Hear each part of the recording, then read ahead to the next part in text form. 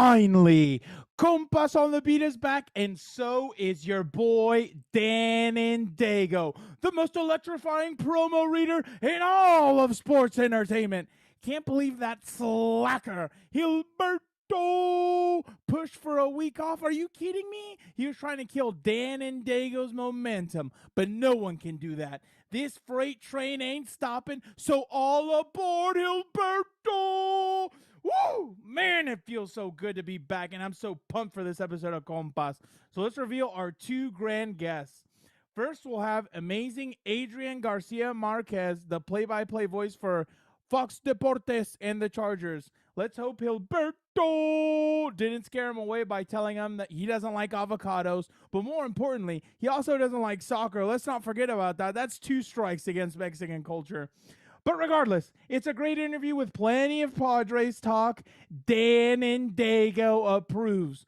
Boy, that kid Tatis is good, and they're on fire right now. Then we'll be joined by Joe Reedy, also known as Uncle Joe. He's fantastic do-it-all reporter for the Associated Press, but I'm not happy with Uncle Joe right now. Somehow, this Gilberto opened his brain up, went in there and started teetering and tattering around and brainwashed poor Uncle Joe into thinking that my boy Timothy Tebow, that's right, for everyone hearing, Tim Tebow won't make the Jaguars 53-man roster. You fools.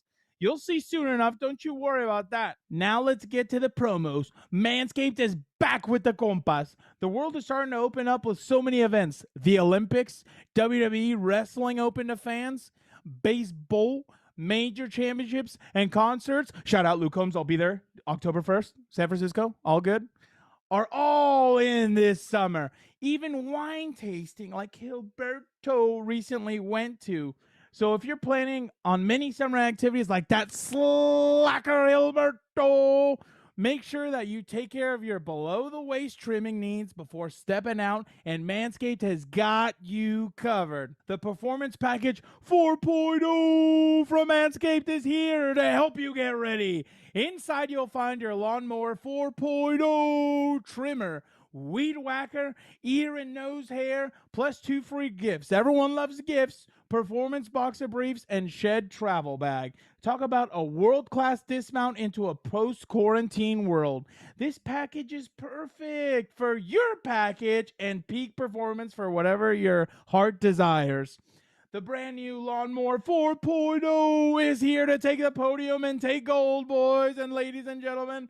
This 4th generation trimmer features a cutting-edge ceramic blade to reduce grooming accidents thanks to their advanced skin-safe technology, because you can never be too safe when working with the royal jewels. The Lawnmower 4.0 has a 7,000 RPM motor, a new multifunction on and off switch, can engage a travel lock, and gives you the ability to turn the 4000K LED spotlight on and off when needed for a more precise shave. Did I mention this trimmer is waterproof too? All right. By now, you must be convinced that Manscaped Lawnmower 4.0 is a must-have. So go to the Manscaped website and get 20% off plus free shipping with the code LAFB20 at manscaped.com. That's 20% off plus free shipping with code LAFB20 at manscaped.com. Achieve below-the-waist glory this year with Manscaped. Go to Manscaped because Dan and Daygo said, just do it. Do it. Oh, and after you get yourself a Manscaped Lawnmower 4.0, go subscribe to Compas on the Beat on YouTube and turn on the notifications, and feel free to comment under every video. Let's go get in there. You let him know what's his deal. Trying to kill this freight train coming through. You let him know how much you missed us on the week off, and let him know never to do that stuff again. Craziness. What a stooge. Dan and Daygo saw all the comments from the previous episode. Keep telling Gilberto that the world needs more of Dan and Daygo. You can't keep ducking me, Gilberto, trying to pull a Mayweather and run around the ring. I'm going to catch him soon enough. Don't you worry about that. Soon, you and I will go one-on-one, and there's not going to be anywhere to hide, so you're going to have to put your dukes up and meet me in the middle of the ring. But back to what I was saying. Go subscribe to the audio version of Compas on the Beat on Apple Podcasts and Spotify. Don't forget to rate and review. Now let's get to the best damn podcast in the universe. Play the music, Nando!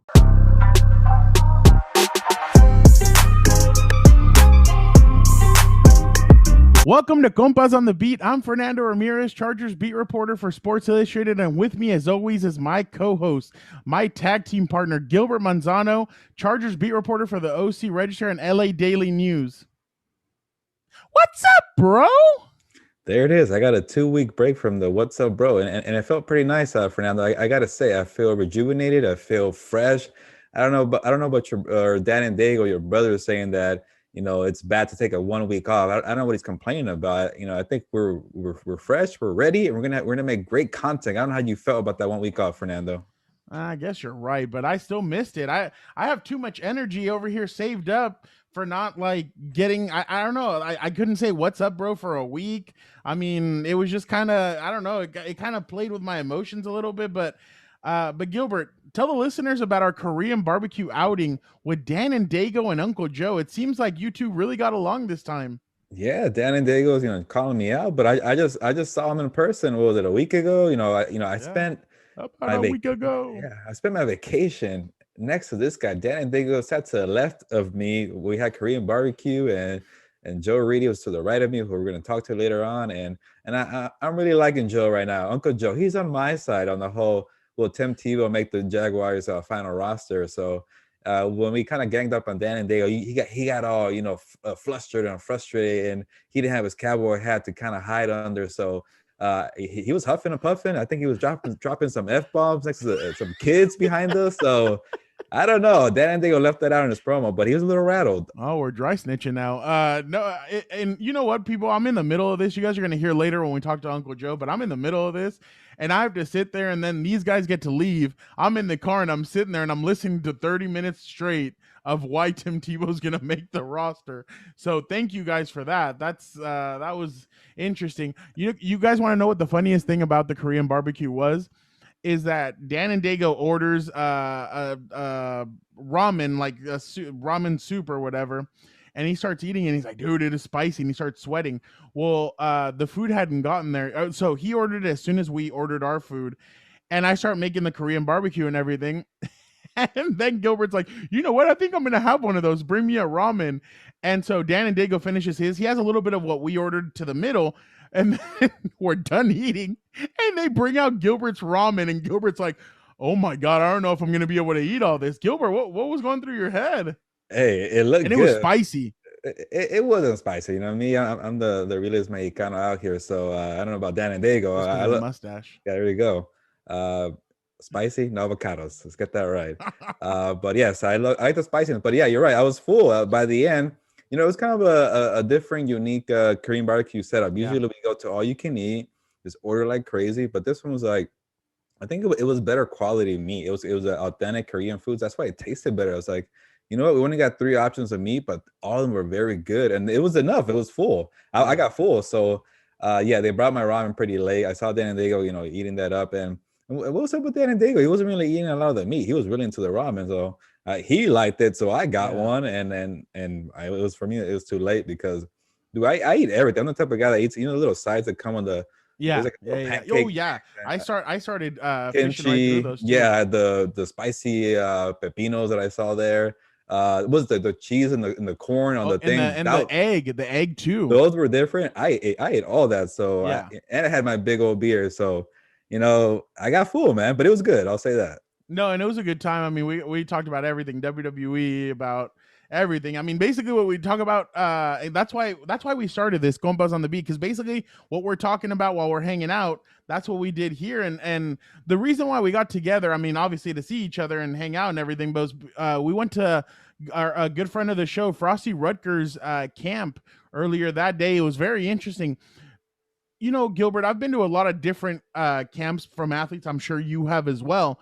And usually they're only one day for about 4 hours. Not Frosty. Frosty did 5 days, brought different special guests. He had so many different things, yoga for kids. They ended it with a huge water balloon fight. It was incredible. What were some of your thoughts, Gilbert, about the camp? Yeah, no, definitely shout out to Frosty Rucker, former NFL player with the Bengals, the Cardinals, the Raiders. He won a national championship with USC.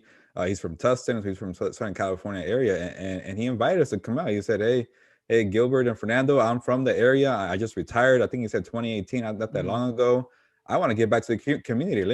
Come out and see what I'm doing, and it was great. Like you said, he had a week-long summer event for the kids, and he had coaches from the Rams, from the Chargers, former players from USC, anybody who grew up in the area. Donald Or I was Penn, going to say former Donald Penn. Raiders So left he was, tackle. he was bringing former NFL players, current NFL players. So to have him kind of have us come out and look at his kind of his point of view of helping out the community was very cool to see, because you hear players say all the time that they want to give back when they're done or even while they're playing. And actually, Frosty Record was telling me, hey, don't give back when you're done. Do it while you're playing the NFL. And that's one thing he says, he wanted to do better. So now he's telling players who are coming up, do this way. And it was cool to see what he's been doing. So, shout out to a good friend of the show, Frosty Rucker, who's also kind of in the podcast world with Ryan Dyrud and the LA Football Network. So Frosty's doing big things, on the podcast media side and giving back to the community. Yeah, no, and you could tell how much love Frosty has for his community. I mean, the place where he held the camp, that's where his father, I think, was stationed a couple of years ago when he was in the Marines. So it was incredible, and he really made it into a family event. Frosty did, because he had his father there, and his father helped. He had, like you said, other former teammates and everything. But Frosty really did a lot. He brought a lot of people in. He even brought Tustin police to talk to the kids. He brought a lot of different people. What's funny, Gilbert, is sometimes I listen to some of the questions that the kids have, and some questions, I mean, you're just like, oh, okay. But then some other questions are like, I remember one kid asked one of the Charger coaches that was there, asked him, why did you fall in love with the game, or what made you fall in love with the game? And it was like, oh wow, okay, this is a good question. So I'm always interested in what kids are going to ask guests. So I was really impressed by that. I was hoping Frosty wouldn't bring us up there to say anything, because I don't know what I would have said. So, but definitely it was a good experience, just because you got to see everything. Like, you got to see everything. It was numerous days, like we said, and you got to kind of see him do different things with the kids. And then obviously the whole that really Gilbert, to me, showed me a lot when he was doing the yoga. I was like, oh wow, like yoga for kids, and kind of learning them how to stretch and everything. That was pretty impressive. Yeah, I was hoping Frosty would invite me and Dan and Daygo to have a yoga session, and that when the feud would clear out, just be relaxed and have a good time. But no, that's why we're still fighting and bickering. But yeah, so it was cool to kind of get together, and that's why we had Korean barbecue after, and it felt like a good event, good time to come out. So July, it's all about the camps. I went to the one with Brandon Staley and Fernando. You had your own little experience as well, so I'll let you kind of share that. But overall, it's been a good July for camps, and this is the time of year where kind of players give back, and we get to know them away from the football field, and see how they do handle that. And then the season comes, and it's all about football. What's funny, Gilbert, is that I noticed when you talked about my own experience, when the way athletes interact with kids is usually a lot. I feel like some guys are different. Some guys are standoffish. Other guys are on their phone. And I mean, I'm not trying to call anybody out. It's just that's the nature of how this is. Some guys are kids guys. Other people are not. And so Keenan Allen, Chargers receiver, had a camp down here, or had a camp in San Diego in Torrey Pines. First off, let's just clear the air. Basically, the reason why he had the camp in San Diego, everybody's asking, oh, why in San Diego? The thing is that San Diego's still close to Keenan's heart. He has an AAU basketball team down here called the Slayers. It's funny. Keenan Allen's there's only one player in the NFL that has an AAU team, and that's Keenan Allen. Really? So that's incredible. I didn't know that. The only one. The only one. So Keenan loves his AAU guys. He's really doing a lot for the kids in the community, helping kids get scholarships, trying to help them get scholarships for basketball and do everything, and then obviously maintain a good grade point average. So Keenan was drafted by the San Diego Chargers in 2013. It's funny, in my story I wrote that he fell into their lap. He really did. He was a first-round talent, had a knee injury his senior year, or in his last year, and that's why he fell to the third round. I remember John Gruden was like, heck, I thought we were going to hear Keenan Allen's name called in the first round. How is it that we made it to the third round and his name had just gotten called? So yeah, Keenan loves San Diego. He still he says he comes down here a lot as well. So Keenan decided to have his camp at Torrey Pines. When I showed up, I didn't know what to expect, and I show up and there's a long line. Gilbert, when I say a long line, like, it was humongous. I was like, okay, wow, like there's easily 250 kids, if not more, Wow. that attended. And I talked to a Chargers fan who, do you remember? I can't remember his first name, but he always has a sombrero on during training camp, and it says Chargers on it and everything. I don't know if you Probably seen remember his him, name. Okay, so he's a good friend. I just can't remember right now, but so I was talking to him, and he was telling me that there's still a lot of Charger fans down here. He's like, we commute, we travel, we do all that. He said he went to Miami last year for the Chargers Dolphins game. I'm like, why'd you make the trip all the way out there? He's like, dude, it was my first chance to get to see Justin. I'm like, oh, so you love your quarterback? He's like, oh my God. He's like, that our quarterback is incredible. But now let's get to so that was pretty interesting. That's why there was such a huge turnout. So Keenan had his camp. It was pretty good. He in his station. So he had different stations because, like I told you, it was over 250 to 350 kids. In his station, they were playing 10-on-10 with him and Jay Tutu, a former Chargers wide receiver. He was playing quarterback for them. Keenan was playing quarterback for his team. Keenan was interacting. He was throwing touchdown passes, gumming up, like he was shoulder checking, or not shoulder check, but chest bumping, doing all kinds of stuff like that, celebrating, dancing, getting all excited. And it was funny. The funniest part is when everybody lines up to take a picture with Keenan. So Keenan's just standing there, and they're like, okay, kids, go line up with Keenan. They all run, and Keenan's like, oh my God. Like, he's like, oh, because they're all just running full blast at him, trying to get next to him. So that was pretty funny. It was funny when he got the last group. They were like 4-year-olds. And Keenan's like, okay, half of you go to that team and the other half stay here. All the kids run to the other team. And Keenan's like, no, half of you, like, come back here. So it was a good time. It was a good camp. They did a really good job with the camp. And Keenan, I mean, I asked him just real quick how excited he was. And he's like, honestly, I'm so excited about my camp. He loved the camp. He said he wants to grow it, make it bigger, that next year he wants to hit he said he doubled from 2019 to now, and he wants to double again next year with how many campers they get. So I remember when we went to the other one, Gilbert in Costa Mesa. I don't you remember the Lambo? Yeah. The Lamborghini. Did he bring it back? Was it a white one? No. They actually brought him down in a golf cart. I don't know where he parked. Okay. Yeah. So it was a good camp. It was a good time. Keenan just told me he's excited about training camp because of Brandon Staley, his second year with Herbert, Justin Herbert. And I asked him about Mike Williams, and he said that's a big horse, big dog. He's like, he's gonna be eating. He's like, you can't double me because then you have to cover him. So it's gonna be really interesting. Yeah, you didn't ask him about Davante Adams, and he's trying to push for another wide receiver. So okay, that's what I wanted to talk about. So he hadn't tweeted out about the Davante Adams yet. It happened obviously last week when Davante, I guess, I think Ian Rappaport reported that they've stopped talks. But Gilbert, let me ask you, and I know we're jumping into next season and everything, but I still have to ask you, if Aaron Rodgers is traded and Davante Adams is a free agent, Devontae Freeman, God, if Davante Adams is a free agent, what says you on that? And these guys have the cap room and everything. What are you thinking? Yep, but if you're going all out for Davante Adams, who probably wants to become the highest paid wide receiver in the NFL, then exactly, no Mike Williams. It's going to be it's a lot. Would Davante take a pay cut to be similar? 20 and 20. Keenan earns 20. Davante earns 20. Do you think he would do? You got to think about the taxes in California, man. They're gonna hit you hard. And also, we're getting really far ahead, but also, if he does get to free agency, it's going to be competition because Derek Carr, his former quarterback at Fresno State, has been pushing hard for Davante Adams. And in Las Vegas, no state taxes. Yeah. So I think get your money. But yeah, if you want to play with Justin Herbert and you see Keenan Allen and make your life easier after you've been playing with Aaron Rodgers, then you go there. But if you want to kind of have, some bigger cash and play with a former college teammate, and go to the Raiders. So if he does get that far, I don't know if you're the Packers, imagine giving up Aaron Rodgers and Davante Adams in a 1-year span.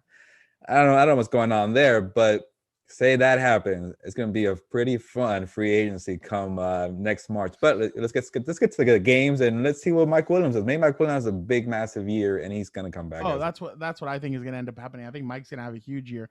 But I read somewhere where the Philadelphia Eagles are preparing a massive trade to try and get Davante Adams and Aaron Rodgers.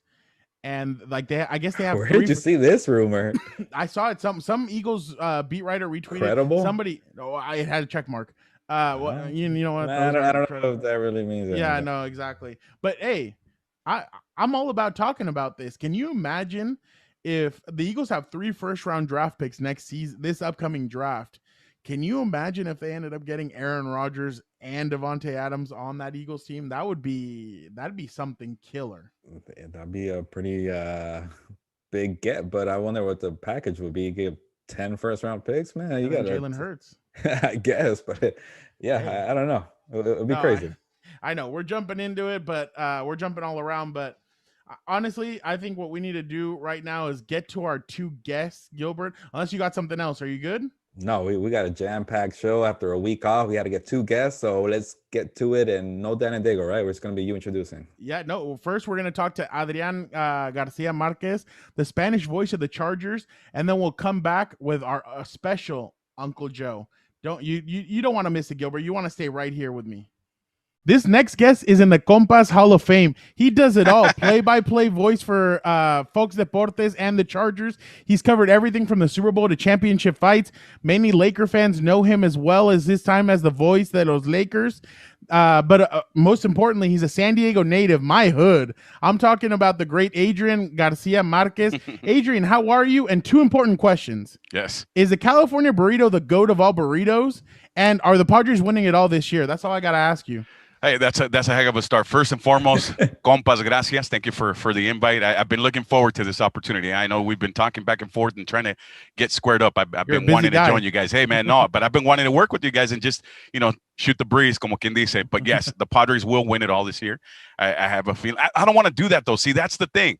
Can I throw this out there? No, there we go. See, for those of us that have truly suffered, okay, truly suffered with the Padres, the Chargers. The only team that never made me suffer was the San Diego Sockers. One for the thumb, baby. They got it done all the time. I saw that billboard on the back of a bus that said, we actually win championships in San Diego. That was it. And that was the only team, man. So with the Padres, it's been a long, long, long time coming because even the 98 Padres, that was lightning in a bottle. That was a heck of a team, but a lot of things had to go right. And then Scott Brosius ruined absolutely everything, right? And during the World Series. But I think that with the Padres right now, this current edition, looking at Fernando Tatis, just looking at the soul, man, seeing what's back there. Same thing with Manny Machado. And you go up and down that roster, they have the Ojo del Tigre. They're having fun, but those are guys that get it done when you need to get it done. And Tingler has them playing baseball. They're stealing bags. Hey, if catchers want to get lazy and work on their weird-ass framing, go ahead.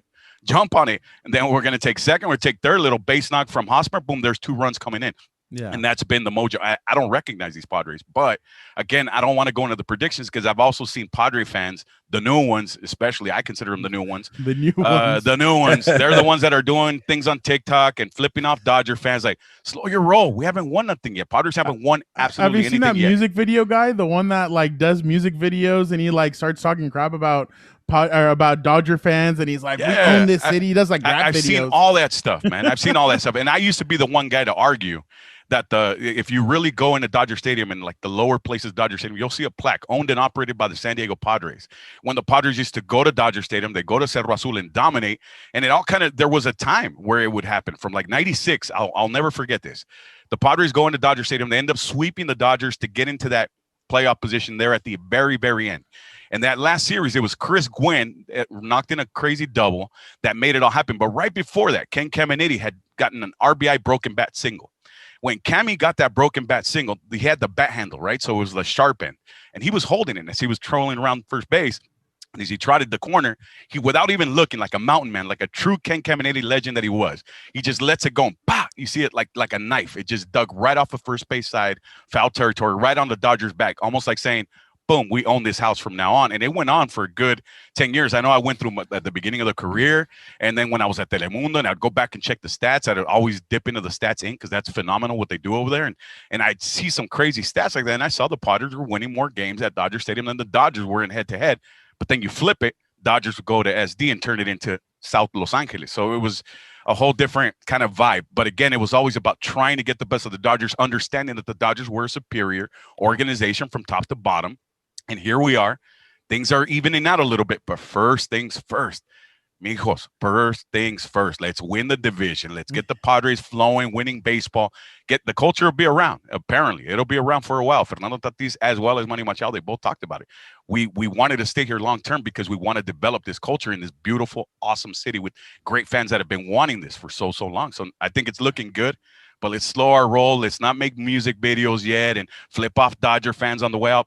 Just disfrútalo. Act like you've been there a little bit. Just a little bit more. Bájenle dos rayitas. I like that, Adrian. Slow your roll. It's still early. We're in July. And I got to ask you, Fernando and Adrian, what is it with you San Diego guys? I know your history. Like, Fernando's giving me, like, Chargers history from the 1980s, and you're taking me back to Tony Gwynn in 1980. Well-versed. Like, what's going on, San Diego? Hey, brother, we have to – I don't know. Fernando, I think I was the same way as you. We probably just dipped into the San Diego Union Tribune every single day, every morning, reading Canepa and everybody else that would write Trotter. up everybody. Trotter. I mean, we had some excellent still. San Diego has excellent sports writers, and we always got great stories.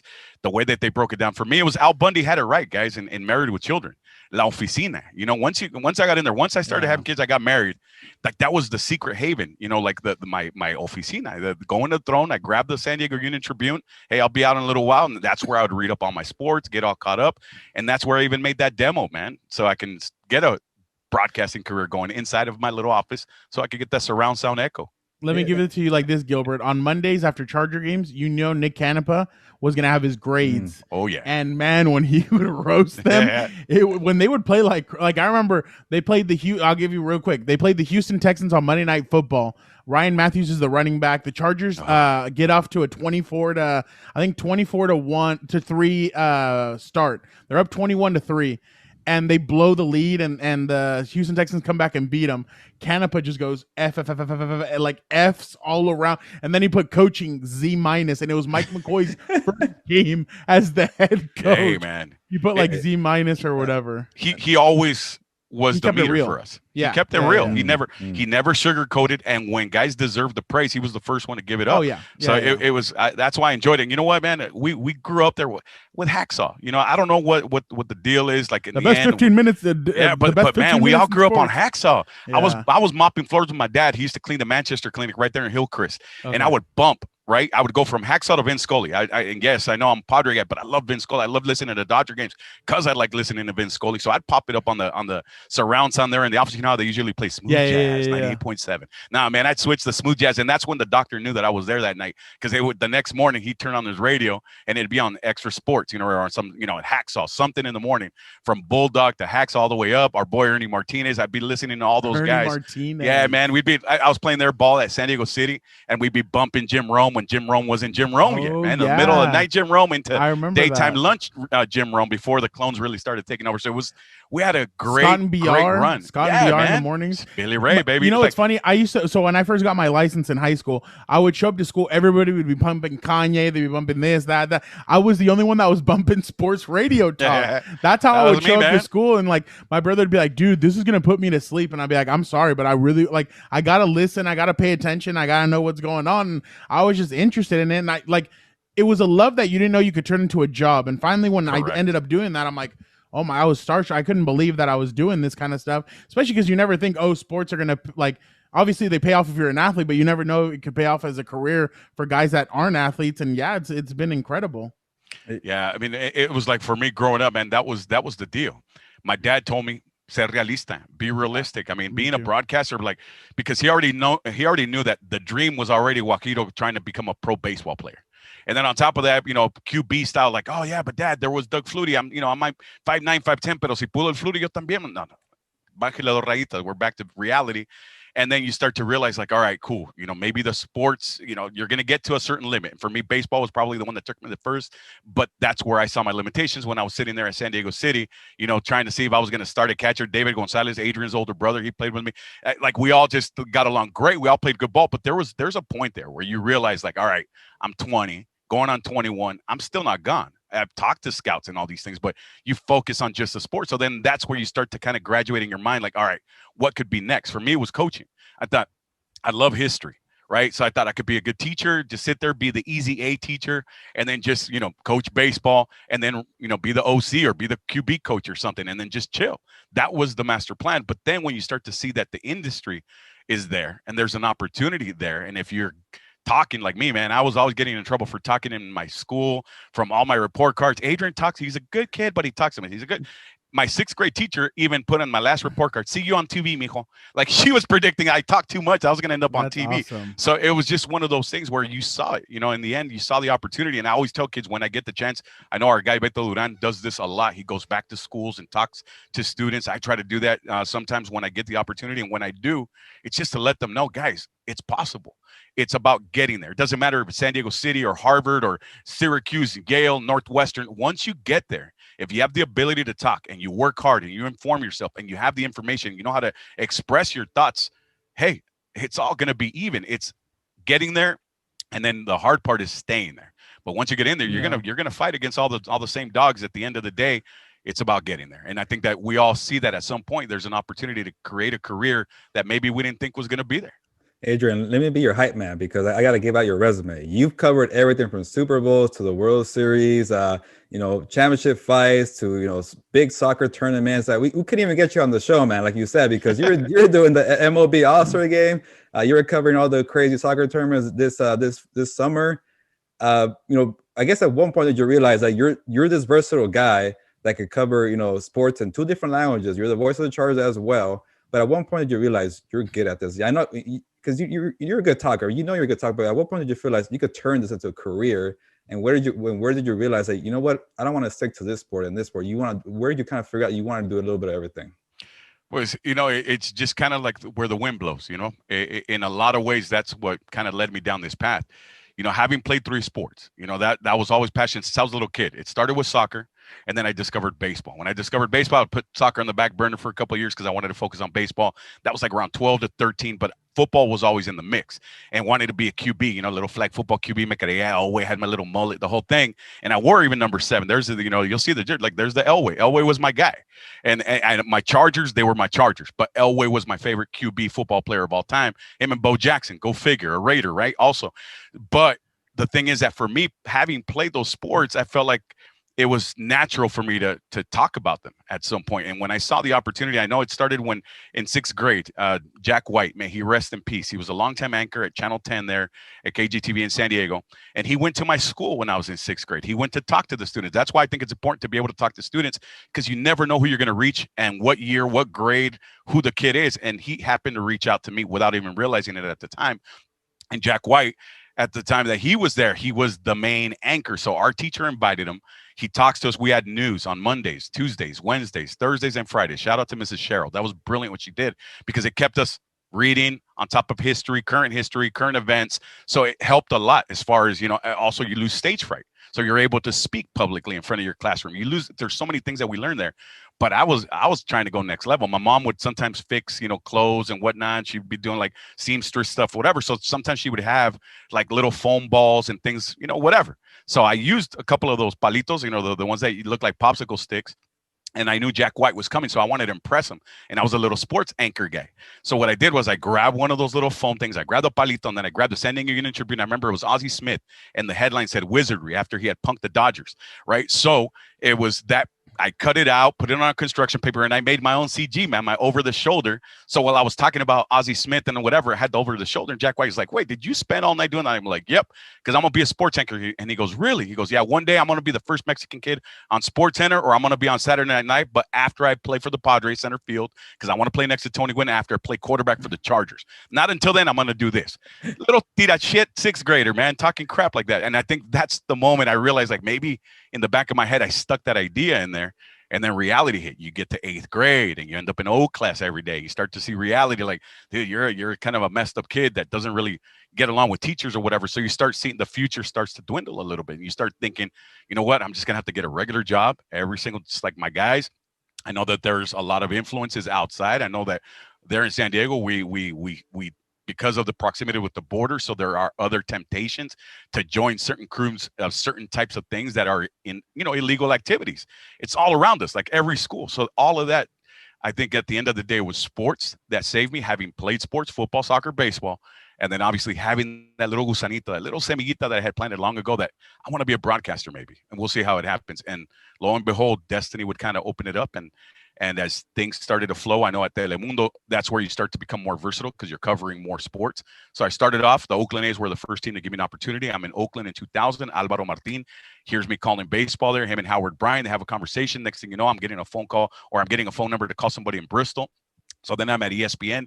Now I'm doing the Red Sox, doing ESPN. And all this has just happened within a year and a half, from going from Imperial Beach, California, to Boston, to Connecticut, to Miami, back to LA and Telemundo. So it was during that time that I had to become ultra versatile.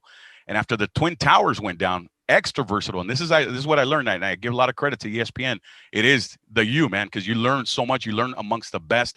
And there you're expected to hit the ground running. And I was thrown into stuff like Amazing Games, the Guinness Book of World Records, like World's Strongest Man competitions. Or I'd be doing some weird sports like Ulama, the old school Aztec Maya kind of ball court sports. So you become more well-rounded, and that's what opened up, like, man, I want to learn more about this stuff and this.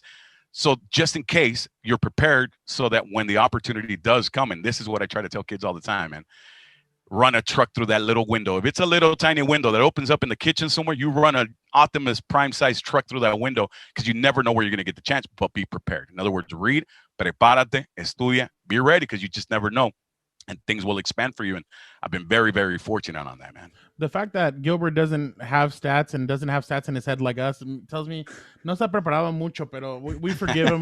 We still love him. But Adrian, I'm going to shock you, speaking of Gilbert right now. A ver. Can you believe that Gilbert doesn't like soccer?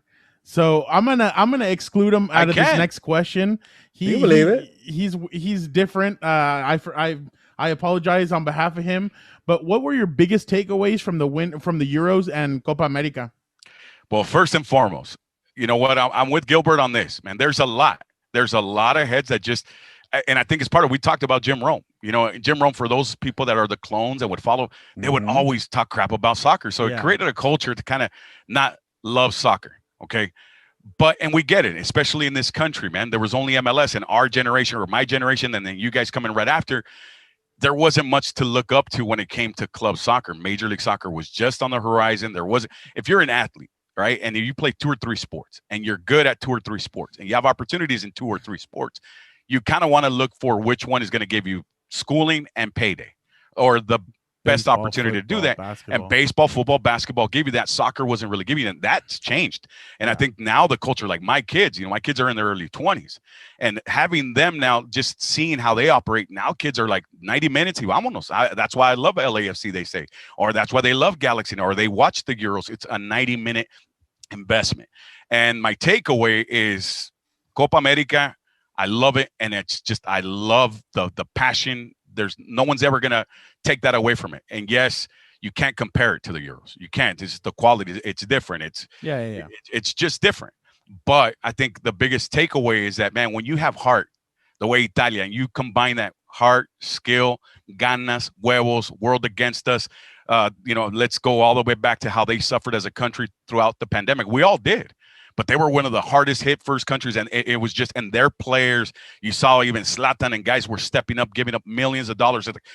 It just kind of felt like it was a redemption for them as just a country, and just, it felt beautiful, man. And that's what soccer's about. That's what I think that's why it is the beautiful game, for a lot of different reasons. We can compare it to baseball, we can compare it to football, and talk about World Cup being bigger hype, or the Super Bowl versus that. Let's enjoy all of them. Just like the same thing that Kobe and LeBron would always argue. Kobe would always say, why can't you just enjoy us both? Why can't we just enjoy MJ and talk about MJ and talk about LeBron and talk about Kobe, and not have to always try to compare them? Like, look what's happening with Giannis.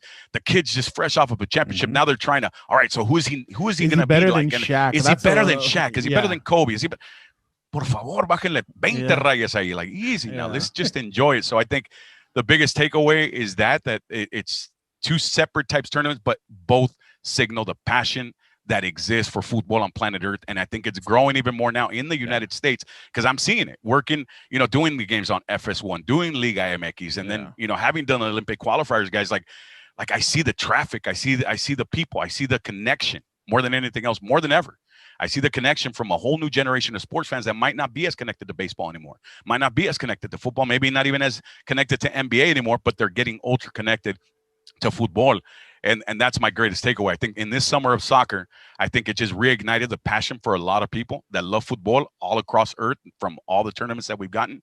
But more than anything else, I think it's also brought in a whole new group of fans. And I think it's a beautiful thing when sports do that. And I think that hug, see, you didn't get that in the Euros as much and as beautiful as that was. You didn't get the hug that you got from Messi and Neymar for Copa America. And that's what sports are all about, man. And that's what I take from this summer of football. Hey, Adrian, with the Gold Cup going on, I know that the U.S. didn't send Pulisic. They didn't send some of these guys. Some of those guys are resting up because they have a big seasons coming up in the EPL. Mexico didn't send all their guys either. I mean, they sent some, but when you look at the rivalry between the U.S. and Mexico, do you feel like the U.S. has kind of started to catch up now on Mexico, and they're starting to kind of get on their back heels a little bit? I think it just speaks volumes as to what the United States has been able to accomplish. Just look at the roster from top to bottom. I mean, all these kids, Euro talents, they have to leave the United States and go develop in Europe under some, EPL club or, Spain. It doesn't matter. Same thing with Mexico. Mexico, the quality of the Mexican soccer player, I mean, you'll find a Chicharito in a lot of different places. Just a matter of, that's what the players are saying. Like, why bring guys that are 27 to 30 something years old from South America and populate rosters in Liga MX, and you're blocking the possibility of another young player coming up and getting more minutes and getting more shine, and then boom, making that bounce to Europe. Here, I think what we're seeing with the United States is that they have a good formula working right now as far as the development of talent, and now that talent is rostering up like what we saw in Nations. And that was the best example as to where these teams are at right now, because it was almost it was a given. It was understood that the teams were going to compete full squad at Nations and then take not the summer off, but take a little break, Copa Oro, let other guys get evaluated to see how they're going to strengthen the rosters come September, October, November, December, and all the way through March with the qualifiers for the World Cup. So I think we're at a perfect time. Godzilla versus King Kong, and it's going to get even better. And I think that game, that little espinita, because the teams know, okay, whatever happens, Copa Oro, that's one thing. That's the B squads. Okay. But what's fresh in the memory of a lot of the Mexican players that we know for a fact is they feel that game they should have won back in Denver. And USA right now has the bragging rights. They have the bell, So let's see what happens moving forward. But it's great for football in the region. I'm a fan of the idea of combining Liga MX and Major League Soccer, National League, American League style, and just do it where you have cross-pollination from time to time, tournament here, tournament there. But you don't really see each other until, boom, championship time. And I don't know. I just would like to see a Superliga in North America, NASL. Again, we're back to the San Diego Sockers, baby. That's how it all started. Hugo Sanchez playing for my Sockers. Adrian, it's kind of funny that you bring up Jim Rome for why I don't like soccer that much. And I'll say this. I like soccer when it comes to the nations. I like the pride of your country and, rooting for Mexico and also United States to an extent. But I don't like the leagues. Okay. I don't want to wake up earlier for the European leagues and all that. That's not for me. But it's funny that you mentioned Jim Rome, Adrian, because I love Jim Rome as a kid. I love the smack off talks, the phone calls, the voices. I used to watch him on ESPN, the Jim Rome show. So I guess that's my tie to San Diego, I guess, watching Jim Rome. And, now that I remember, I think the first World Series that I can remember as a kid was 1998, Yankees and the Padres. Sorry for your Padres, and they got swept that year. But that was the first that was strike three on Tino Martinez, by the way. Yeah, that was strike three on Tino Martinez. T. Gwynn had gone yard. Bonnie had gone yard. The Padres were looking primed to punk the Yanks game one. And then after that, all hell broke loose. Scott Brocious took over, and it was done. Dude, I love New York, guys. And not that I'm trying to do the New York accent. I like messing around, just doing things like that. But at the same time, I feel like if I wasn't San Diego, I would be New York, man. Like, I've had the opportunity. I never left California growing up, other than to go to Tijuana and Rosarito, the typical stuff that a San Diego kid, border kid does, right? Exactly. You leave to Vegas for a baseball tournament or something, maybe Arizona. That's as far as I went, as far as radius. So then once I started traveling for work, man, it was like a kid in a candy store, man. It's like I won the ticket for Willy Wonka, brother. I was like walking around the cities, and New York was always one that just captured, even when I had no money. And at that time, I was doing NFL films for HBO. I was doing some voiceovers. This was back in 2000, 2001. And I was just a new guy, just dropping tracks or whatever. I had the privilege of doing NFL films in Espanol. So, and some of those things are still up there. So I'm super proud of that, man. It's like you grow up watching NFL films and John Facenda. And now here I get a chance to do Los Chargers de San Diego, and get to talk like that. Like, hell yeah, dude. But what they didn't know is like I had $3-4 in my pocket. I had, another newborn baby. I was on a crazy ass budget, but I didn't want to say no. So I jump on the train from Connecticut, go to New York, and then I would just kind of sit out and I'd go to the New York City Library, and I'd just sit there for 2-3 hours, just read and pluck out a book. I don't know, on the road of something. I would just pluck out a book out of nowhere and then just start reading, and it just became a thing where I would just start hanging out. El cafecito antes de que el cafecito se hiciera cool. All these little things that you start doing, that you start feeling like, I mean, I love the vibe of this city. I love how people behave, you know, in the typical day in New York. Y yo muy chingón. I thought I was Adrian de New York, muy caballota. O sea, no, you know, but it just, New York, I connected with, and I always go to Strawberry Fields. I always go give my love and peace to John Lennon and his memory. I always will sit there on a bench and write something, because something always, creative energy is always flowing in that area. And es el fantasmita de John Lennon, man, you know, and it's still there and present, and it's a nice presence. And that's why I love, there's a lot of things that I love about New York. Adrian, I feel like you have stories for days. We could have you on the show for another hour. We want. I know, man. I talk too much. You guys got to slow me down. Like, hey, reel me in, man. I'm loving the movie references. I don't know if Gilbert's understanding some of these, but I love the movie references. I love the Marty McFly. I love all that stuff. So I love it. Willy Wonka. You know, that's kind of like where it's this weird transition phase. It's funny that you brought it up, because it's something that's been on my mind kind of rolling. But as a broadcaster, you know, and having been an 80s kid, because I was born in 73. So you calculated, I'm getting closer to 50, right?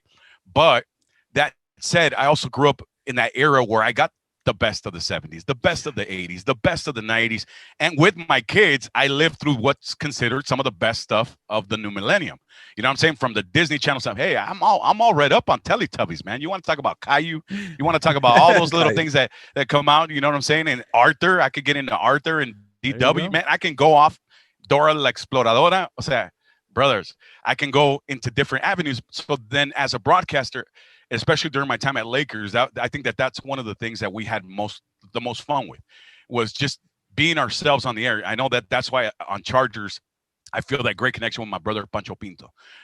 Francisco Pinto and I with the Lakers, it was just, we hit the ground running since we were at Univision back in the day, and we would do World Cup shows, and it was just like untrained. It would just, you kind of just flow, you know, like it's like in music. You know, you have a guy that plays the bass, the other one sings, or the other one, let's look at it this way. One sings, the other one's the guitarist, but they both kind of just mesh together perfectly, and the music's always going to be there without even trying. And that's how it is with Pancho Pinto. And I think that him and I, with the Lakers, we kept it real. We had to put lipstick on a pig. Those were the 6 worst seasons in the history of Lakers.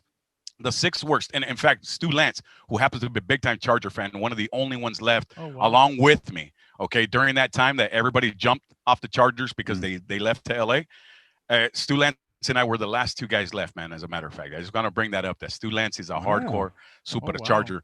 But you kind of just get the sense that he says that because of those losing seasons, it's worth 30 of Lakers years, you know? So no Lakers fan can ever say you guys aren't Lakers, even the day that you guys leave, because of those 6 years you guys put in. And because of that, and we knew it was tough with Robert Sacre. What are you going to say about Robert Sacre, brother? Like, he's a good dude. He gave it his energy, but he was part of that crew where Chris Kamen's laying down on the bench there in Cleveland. Like, it was just a lot of weird stuff happening at the time. But on the air, Nick Young doing hey, that's Swaggy 3, Papa. Swaggy 3 is siempre. Rico Swaggy was always on point, at least for the entertainment. But that was it, you know. And Pancho and I back to the entertainment, so we had to find a way to connect with the audience. So a lot of times there were pop culture references. LA is Hollywood. LA Lakers are Hollywood. So you kind of like, if somebody was there, you know, from Star Wars, and she was sitting there, you know, like Daisy Ridley, you know, she would go to Laker games, and then mira, está Daisy Ridley, and I start talking. Then I'd just sneak in Star Wars references, and there was a lot of group like, what the hell is he talking about? Who's Han Solo? Like, whoa, what? Whoa, you talking about who? But you would see it, and then that's when it hit me like, whoa, wait a minute now. I better slow my roll in my references, because I'm going to age myself a lot quicker than I realized, because there's going to be kids that aren't going to get a Han Solo Chewbacca reference. You know what I'm saying? And I think that's where we're at. So it's kind of like, it's not that we think about what pop culture references are going to pop up, because that's how my mind works, man. It's like, it kicks in, I plug into the game, and then sometimes I don't even know what stupid crap I said that night. And sometimes it just, that's how it goes. You know what I'm saying? But I think a lot of that is the connection with the entertainment industry, the movies, the music, and then you mix in the cross culture. Sometimes I'm going to mention El Buki. Sometimes I'm going to mention Don Chente, you know, and somebody's going to, who the hell is Buki? Like, you know, hey, ni modo. If you get it, you get it. And that's where he's going to fly. And that's how we do it. That's how we do it with Chargers now. That's what happens on here, huh, Gilbert? Hey, there's some things you don't know either, Fernando. It's kind of things you don't know the pop culture over here, man. Well, Adrian, But let who me tell doesn't you, know those Han Solo? That's crazy to me. those people failed their parents failed them if they don't know who Han Solo and Right. Chewbacca are. Yeah, and I think 9 out of 10 will know. Yeah, But then if you start getting a little bit like, break the it down. Warriors, like, Yeah. okay, let's go deeper. The movie The Warriors, and I brought up like Warriors, come on. And then I know like, where's that from? I'm like, a ver, espérame. You have not seen The Warriors? And then I said, take a step back. Okay, they have not seen The Warriors. It's not really, it's a cult classic for us. Just like the Five Deadly Venoms. You can ask somebody, hey, you have not seen the Five Deadly Venoms? ¿Qué te pasa? O sea, all these little things, but, you understand, you know what I mean? Because there's going to be stuff that they'll ask me. You have not seen, that Zac Efron movie? I'm like, no, I haven't. But I'll watch it. If you're telling me it's going to be badass, I guess I'll watch it. But, hey, trade-off. You got to watch Chevy Chase Vacation, not that new one. And it's just I guess I get Jedi training from my kids as to what to actually connect with and what to stay away from, because I won't make Hannah Montana references. That I'll guarantee you. Just for the Chargers listeners watching this video, this podcast, this is the energy you get from Adrian, la voz of los Chargers with Pancho, Francisco Pinto. And tell us about that a little bit. How's that going? I think it's been a year for you guys. You had to cover it during the pandemic, 2020. Yeah. But I'm guessing this is the energy you bring on that broadcast with Francisco, one of your close friends from the Chargers. I mean, the Laker days and now Chargers together. How's that been going for you? And I think when I talked to you about that, you said that was a dream come true for you, being a hometown guy, a Charger fan, to now get to be the voice of the Chargers. Oh yeah, absolutely. And then, I got the opportunity to work with Jorge Villanueva about 10 years ago, just over 10 years ago, back in 2008. I was able to go back. I do the Charger preseason games for NBC Telemundo there in San Diego back in 2006, 2007, but never was the connection like this. It was always kind of like third-party connection, and I happened to be part of the Charger broadcast, and then the radio station itself was its own entity, and then that's when you had, Jorge Villanueva running those types of things, and I was just the pregame show guy and the postgame show guy, and back then, I remember I loved the challenge. They said, all we have is this sponsor, and it's an Escondido Market type sponsor, but if you can get us more stuff, more power to you, and then we'll see how we end up divvying up at the end. So I took that challenge and I said, okay, cool. So I like to produce that. There's the one secret thing there's two things to me, I think, that I like to do, is a secret passion. Making sandwiches. Like I'm pretty good with anything because I got kicked out of my house at 18. So that means that I've been a master of the bologna sandwich for a long, long time, and I can just work it out in a lot of different ways. And that right there, hey, by the way, guys, just if you ever need recipe de bologna, cuando quieran. All right. In fact, just real quick, have you guys had bologna fried with melted mozzarella and jalapeno inside in tubitos, and then toasted the bun and then squeeze it together? Así, para que salga así. I've had that combination, but not the way you're describing. Like I mean, that, I had yeah, it before. no. See, for all those broke ass kids that were like, guys, I lived off the 99-cent Jumbo Jack, thank goodness. All those things, but the bologna sandwich, man, te conviertes en artista de la bologna. And the other thing that I'm passionate about is creating stuff, producing. Like I feel like I have more of a heart of a producer than I do as somebody that talks on the air. And that part of that challenge was precisely that. Like, okay, dude, if you can do something with this, maybe we could sell it. So then I started to go more, because we grew up right there in San Diego, more Americanized ideas, production, the Westwood ones, and the, for all the way from the NBCs, ABC, CBS, and you get that broadcast quality. So I was trying to kind of put all that together, and we did. Next thing you know, Budweiser, so I shouldn't be dropping sponsors here, but Elements would jump in there, and, bigger name broadcasts, or name brands started to jump into the broadcast, which I always felt very, very proud of. And then things just dissolved out of nowhere. They dissolved. And there was a point after that where I thought, okay, maybe I'm going to go work at Barnes & Noble. I actually applied at Barnes & Noble because things in this business is very, very difficult at times. And sometimes you're here and you're enjoying it and you're doing well. And then all of a sudden you're out of the picture for a year or 2 years, or you're scrambling doing lawyer commercials or whatever. I've done all that stuff. So I've been humbled many, many times by this business. So in the end, you always learn a new craft, or you try to stay on point by learning something else. I've learned to be a board op, to producing, to being the tech on the road that connects all the stuff for you so we can get on air. I've learned all that stuff along the years, and especially because of that, you want to produce at the same time you have a passion for production. And in my case, that's what I think I've been able to do, is with Pancho. we were able to now take that next level with the belief that the Chargers have deposited in us for this season in 2020. And they were very, very cool. The Chargers were very much like, okay, guys, look, we want to change. We want to do something a little bit different. But right now in the middle of the pandemic, in basically, let's put it this way, we can't babysit anything. So we're really going to rely on you guys to catch lightning in a bottle, do the best you can, given the circumstances, and we'll see where we're at, after a few weeks, halfway through the season.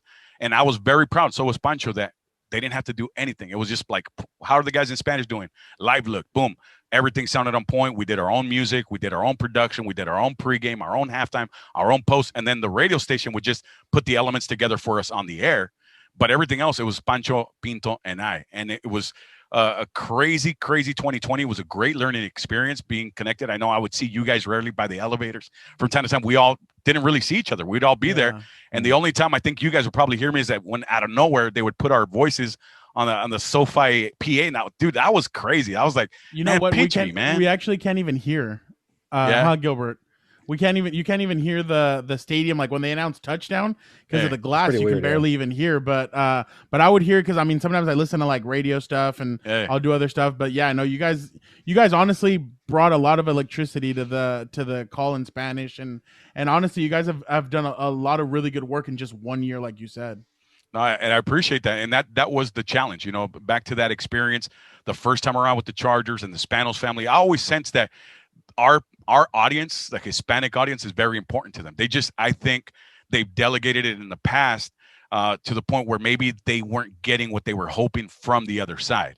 And that tends to happen. There's nothing wrong with the radio stations that have had the broadcast rights before. It's just that it's not that easy. If most of the cultures, if the guys that run the system, if you will, are more soccer-minded guys that have broadcasting expertise in music and entertainment. And then if there's anything as far as a sport, it'll be boxing or baseball, soccer, maybe NFL. Then you don't have somebody at the top that knows how to run an NFL type system, or how do you sell to an NFL audience.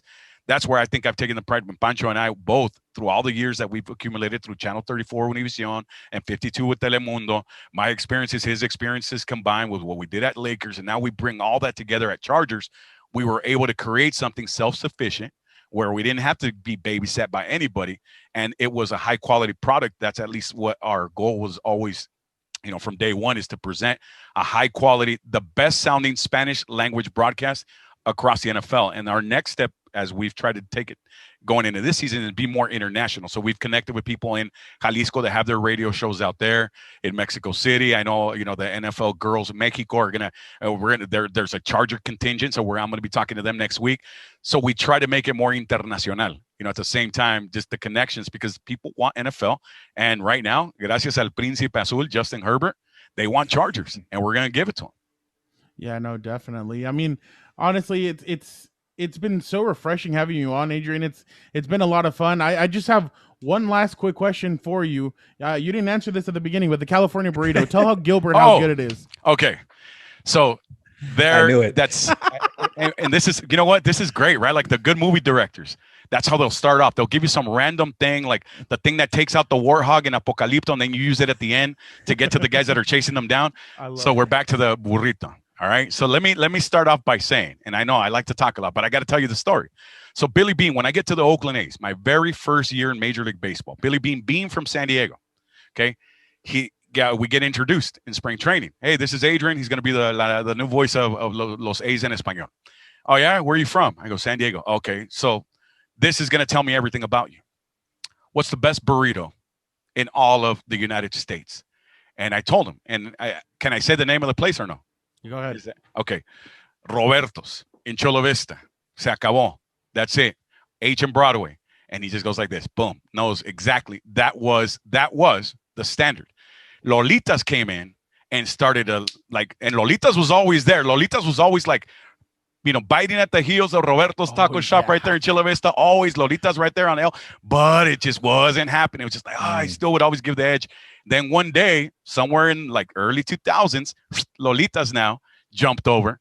And then that's when they brought in Next Level and they started creating the California burrito, where before that on the menus, it was more experimental. Hey, ponle papitas a mi burrito. And then you would go to Tecate, the same thing. Like my wife's from Tecate, so I'd go there. There's some great food, great pan dulce, by the way. If you guys want the best pan dulce you ever had, it's in Tecate, Baja California.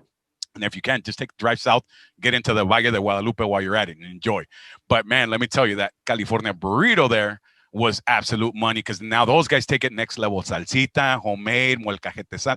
Now you're taking that California burrito to the next level.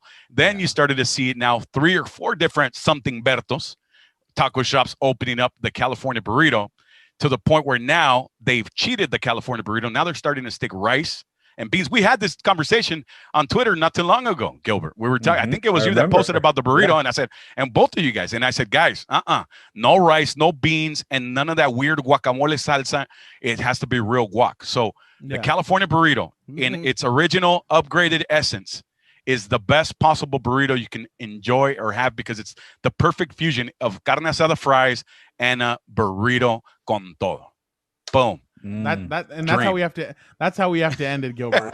I gotta try this original California burrito from Roberto's. You never told me about this. Lolitas, bro. Oh, so Lolitas bro. jumped up. Lolitas is right down the street. All right, next time I'm there, we're going. Porque estamos como estamos because of Lolitas. Hey, papito, me too, man. I have buen diente too. Hey, by the way, you guys got lucky. You guys got to taste all that stuff that's gonna be at SoFi. Like, what was up with that submarine burger? You guys got to.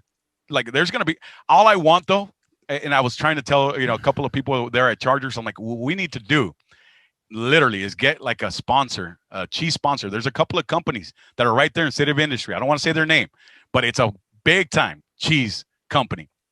Why not have some Heriberto, in other words, some Príncipe Azul brisket quesadillas? Have them just combine the recipe. It's Justin Herbert's El Príncipe's recipe. Quesadillas with his own recipe on like brisket quesadillas, like con salsita fresca. Oh, look, a mouth water, ready to go. Wow. What's up? That's a good marketing, man. Marketing sure right there. Chargers need you for marketing. That's what they need you for. Hey, man, I'm here. And again, guys, I think, and this is great, and this is exactly what I think people should know, that at Chargers, we're building a familia. We all get along good. We don't know each other. Like, we haven't really been able to connect all that much, yet it feels like we've all known each other for a long, long time. And that's magic, man. We felt that at Lakers on the plane. I got to tell you, that was a magical feeling, and it's too bad that the business, that's how it is. Things happen, stations end or whatever, but there was a magical feeling on that plane, La Banda, we're from Stu Lance to Billy Mack to John Ireland, all these guys, Mike Trudell, Pancho, our producers, we all connected. We were a familia back there, even with Michael Thompson and his crazy thoughts and ideas from the back of the plane. But we loved everybody, man. And I think that's what the Chargers, I feel that as part of the culture is that I'm starting to see that also developing. And I'm looking forward to the futuro, guys, and to be part of it with you and to cover the Chargers in a season that's pivotal, huge, something we're not used to. And we haven't seen a quarterback slinging that football since good old Dan Fouts like that. So almost, let's roll. Gilbert, this next guest is making his Compas on the Beat history. He's the first ever guest to appear twice on Compas. And of course, it is the great Joe Reedy, aka Uncle Joe. He covers everything, and I mean everything, for the Associated Press, from Chargers to WWE. He's even a DJ waka waka what on the side. Joe, how are you? What's your favorite song to play for reporters while waiting for interviews on Zoom?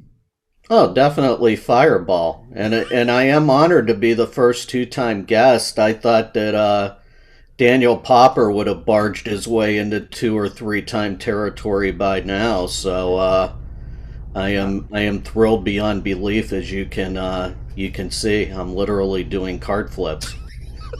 No, Joe, you get all the special treatment because you bring the good music, Fireball, Pitbull. We love the energy during Zoom. But I gotta say, I don't like the Christmas music. You know this. I don't like Christmas music during the holidays, but I like Christmas music in July. So you could play it right now. I'm all for that. Just don't play it during the holidays. And also, Joe, you're special because you're part of the Korean barbecue club. You had food with us the other day. You got to see Dan and Daygo and myself in person argue. How was that for you? And tell us about this place you found for us, because you picked the Korean barbecue place in Irvine. Yeah, it's a spot that I hadn't been able to check out for a while, just due to COVID and everything. And Korean barbecue for one. I think, if it's just a table for one, it looks kind of creepy, and all that. So it was good to catch up for you guys in the arguments, and also provoke Dan at times with saying all the injuries and worst case scenarios. Yeah, he doesn't like that kind of stuff. And also, I think we all have side bets now that Tim Tebow will not be making the Jacksonville Jaguars roster, even though, which is strange because I'm a University of Florida fan. I worked in Gainesville for 2 years, but growing up as a kid in Ohio, I just loved the Gators uniforms and them coming up and everything. I should be like one of Tebow's staunchest supporters, and even I can't get behind him. I think the whole Tom Brenneman hyping him up during the Orange Bowl the one year as the greatest human living, even greater than the Dalai Lama or the Pope, kind of soured me. You hear that, Dan and Daygo? Tim Tebow was not making the 53-man roster because Uncle Joe said so. So he's watching, Fernando. You let him know right now. I know he's probably somewhere in that room hiding, so let him know, because that's why we have Joe on, because he brings the knowledge as always. Dan and Daygo is not here, but let me tell you, we're on our way. We were leaving, right? We left you guys. He's like, those two fools don't know what they got themselves into. And I was like, why? He's like, look at this. Read this out loud. I'm like, I'm driving. He's like, what does it say? And I'm like, Tim Tebow has the most bought jersey in right now in the NFL. He's like, do you think they're going to cut this guy? He's a moneymaker. And I just started laughing. I'm like, oh my God. So folks, as you guys can tell, I get it from all sides. I get it. I have to listen to it from Gilbert. I have to listen to it from Dan and Daygo. So I'm a very patient person. I get it from everybody, but he was just, then we went to, obviously to let traffic die down, we went to go watch Black Widow again, which I will have a review later. But we're talking about it or whatever. And he goes, we're in the middle of the movie, and he goes, by the way, he's like, if you notice, Tim Tebow's gotten, and I'm like, dude, let me watch the movie, argue about this later. And so you guys really got him fired up that day. Dude, it's Scarlett Johansson on a 60-foot screen. Shut up. And Florence Pugh. Which has, Florence Pugh has everybody, I think she's America's sweetheart right now. Everybody loved it. But all right, Uncle Joe, enough of this talk. Let's drop into some Chargers. It's time for you to drop some of your knowledge. You've covered the NFL for many, many, many, many, many years. I'm not trying to date you, Uncle Joe. Obviously, I'm just saying. I'm old. No. You have a vast knowledge of this. So, what are your keys for a successful Chargers training camp, and what needs to go right for new head coach Brandon Staley? Number one is Derwin James making it to the first regular season game.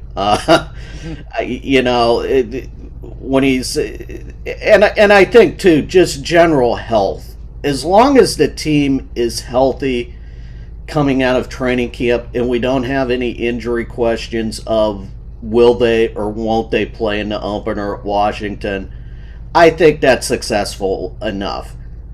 There are going to be injuries during training camp. Hopefully it's to the second or third string players and not to your starters. I mean, 3 years ago they were able to survive without Joey Bosa for half of the season. The last 2 years with Derwin James and issues on the offensive and defensive lines made a huge impact. I don't care if you got to put Derwin in bubble wrap. I don't care if you got to put him in one of those giant balls that they do for sumo during, where they do the batting of stuff during hockey games. Just make sure he's healthy going into the start of the season. Would you let him play in preseason games? I would let him play a series or series and a half in the first and second preseason games. Make sure he's up and running, and then get him out of there. But I think the thing that we've all got to watch too, look at the injuries the past 2 years. 2 years ago happened during the joint workouts. So I think all of us are going to be holding our holding our breath during the joint workout against the Niners. Last year during one of those inter-squad scrimmages. So I think which probably the first time we're really going to be holding our breath is during that workout at SoFi. August 8th or 9th or 8th. Yeah. I mean, my schedule runs so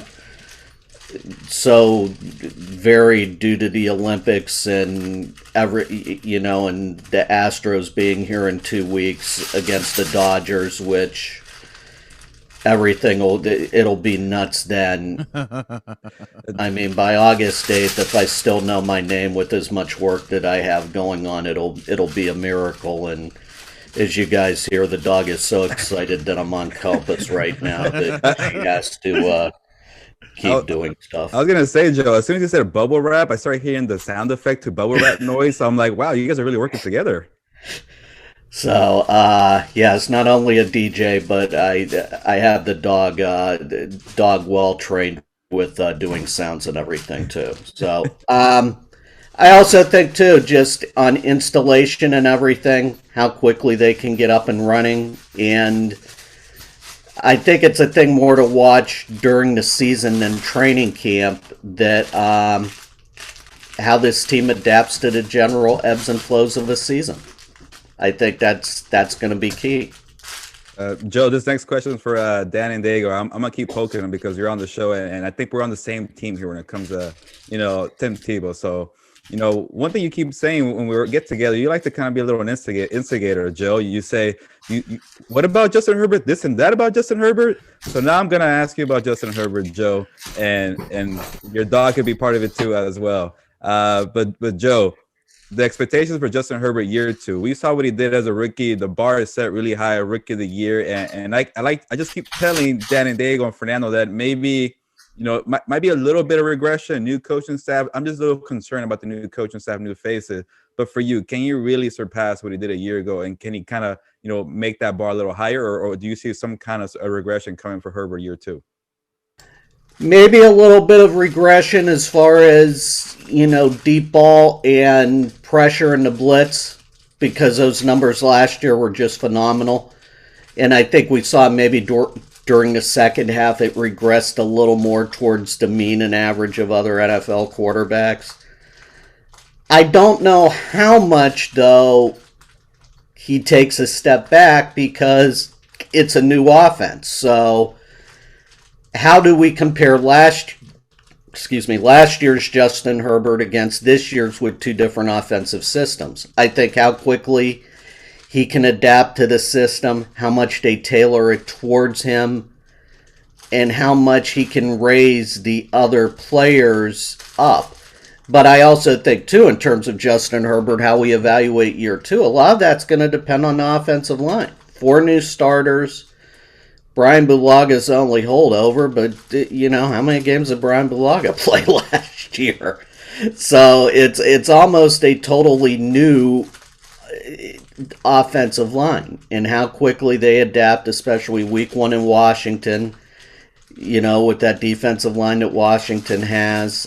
Slater versus Chase Young 3 years later is going to be one of the more interesting side notes of that game.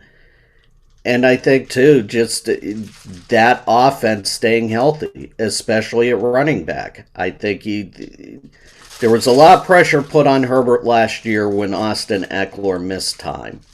And as Fernando noted, I think you've noted in stories, that second running back spot between Kelly, Justin Jackson, and Larry Roundtree is definitely going to be one of the interesting battles during training camp. Durability issues versus confidence issues versus, short yardage, 6th round running back. That's going to be fun to watch. I think, though, how he adapts to other teams and challenges and raises his personal level is going to be a key thing too, because there's 15 games of tape out there on him. People adapt. We saw it a little bit in year 2 with Lamar Jackson, but also Lamar was able to raise his game and prove that what was on tape, he could rise above that level. So I think, how much Herbert worked during the off season, and we'll see it early. We'll get a good idea from him on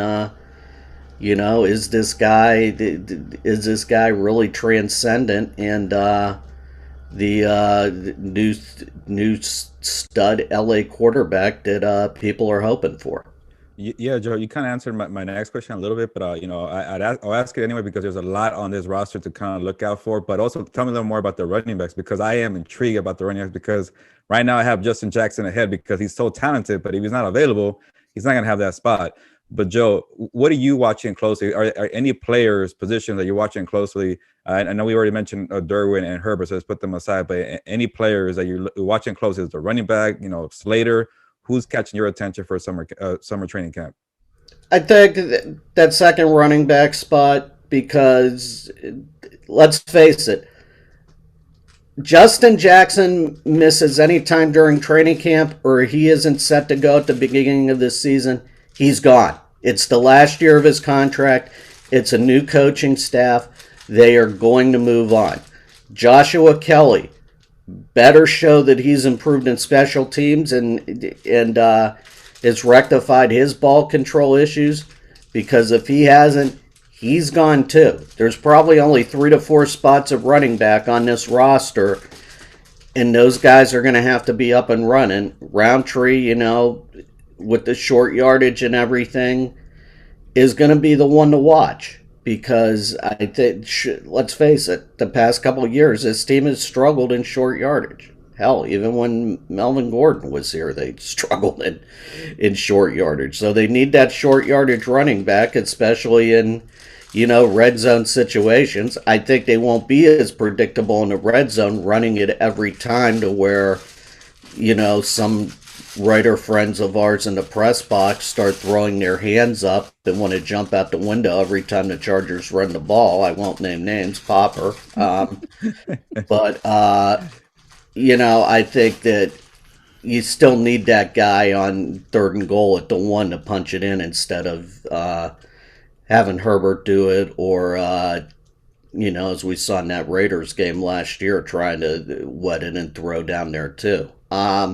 Sante Samuel, cornerback, can he quickly get up to speed?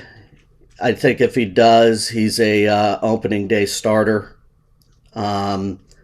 Defense, adjusting to a 3-4, I think is key. I mean, Staley's system doesn't rely on linebackers a whole lot, but it's a 3-4 set, and this team has been notoriously lacking depth at linebacker. So how that goes, and then at one of the offensive guard spots, I think we all penciled in Ibushi as one of the starters the opening week, but they've got a rookie that's coming in that could excel. And I also think backup quarterback too, Chase Daniel versus Easton Stick. I give Easton a slight advantage because of 3rd year youth and everything and what he can do. Maybe they can put him in different spots and everything, but it doesn't hurt to have a dependable veteran in Chase Daniel. But I really only see this team keeping 2 quarterbacks coming out of camp, because I think they need, spots at the defensive line, and who knows, they may carry 7-8 wide receivers, because there's a lot of guys that maybe aren't familiar names, but there's a whole lot of potential there with that group. Yeah, no, and usually an undrafted guy makes the roster, but Gilbert was about to say it. He was about to say SummerSlam. I heard him. He's excited. Uncle Joe, I'm excited. Let's shift over to WWE now, because we all saw it. Roman Reigns, Gilbert's tribal chief, our tribal chief, grabs the microphone after he beats Edge and says, now the whole world can acknowledge me. Then it hits. Here comes John Cena, and he says, I'm back, letting everybody know that he returned at Money in the Bank. What do you expect at SummerSlam between him and your tribal chief? I think it's going to be a great match. And also, Cena looks in great shape. Oh, yeah, he does. talking to people who were in Fort Worth and also talking to folks at WWE, they put that down as top 5, top 6 loudest pops that they've heard of somebody coming back. Roman Reigns as a heel is very good, and he's done a good job doing that. And I think now having fans back in the stands, so he can feel that heat, is a very good thing, because let's face it, when Reigns won and Rollins was doing his thing, it's like heel versus heel at SummerSlam. And now that you've got John Cena, I think that sets up as a very good matchup.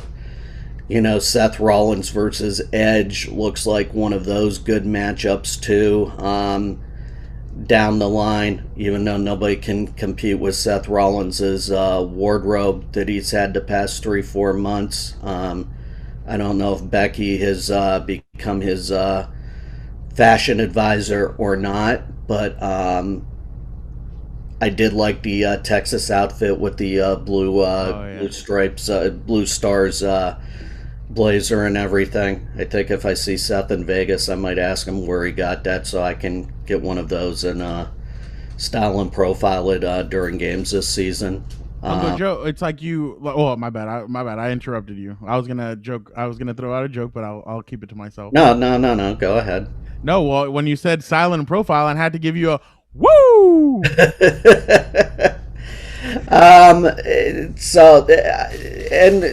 We'll see the next 3-4 weeks how the rest of the card shakes out too. Goldberg versus Lashley. Can those two? He got a fat pop. Goldberg got a fat pop. But can those two go longer than 5 minutes? That'll be something. Nikki Ash, even though I have a hard time accepting that storyline and everything, good for her and everything, but who all of a sudden goes and challenges her? Do we get Banks versus Belair Part 2 at SummerSlam? Because I think the boss will be back at some point, whether it's this week or next week.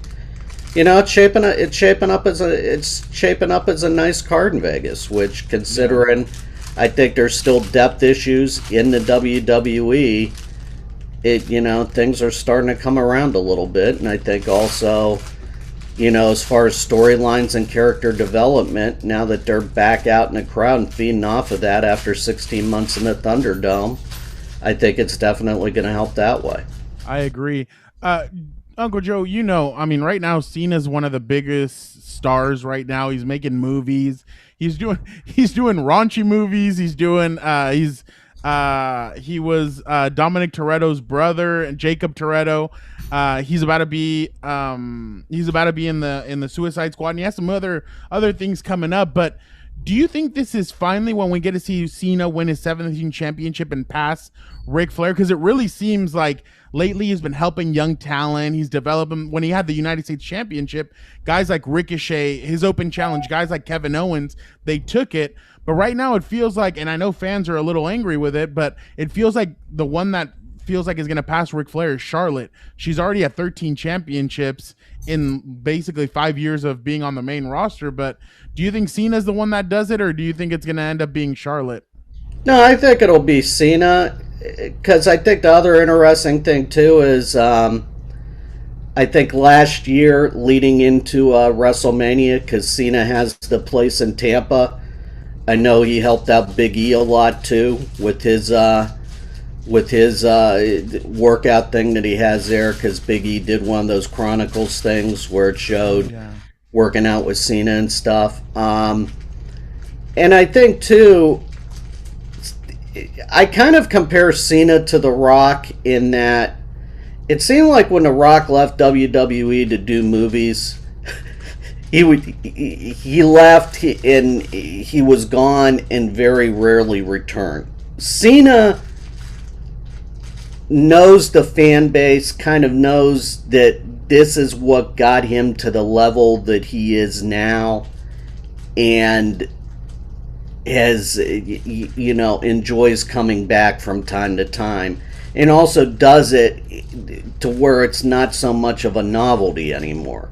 I mean, when The Rock came back, like every 5-6 years, it was a novelty. Cena, it's like, oh, he's back for a while and everything. And I think the fans have grown to really appreciate that. And I think kind of like Kurt Angle and a couple of the other fans too, he's taken the, fans booing him and fans cheering him, from side to side, and really has fun with that. Which I think he kind of saw Kurt Angle do that. Like, come on, bring it my way and everything. And now that we're seeing Gary Bettman in the NHL accept the booing and everything too.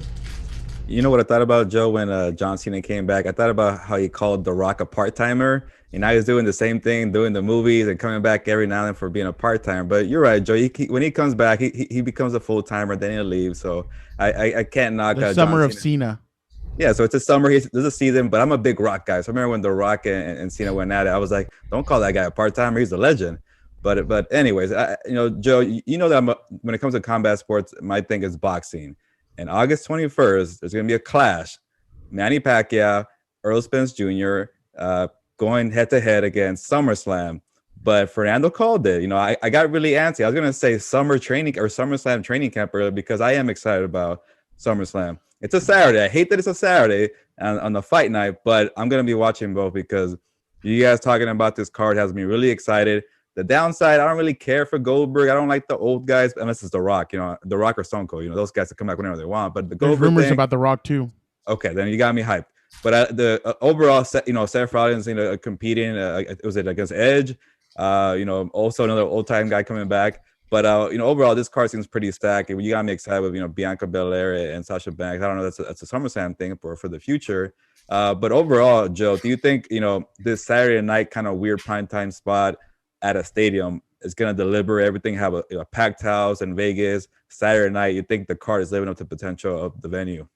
Yeah, I think it is. And I also think, too, WWE firmly knows that the Pacquiao fight is going on. Because just talking to a couple people at the company earlier in the week, they were like, yeah, if people have to cover the Pacquiao fight, we know there is a time limit on this card that they can get quickly to T-Mobile to get to the main event and everything, or if there's fans.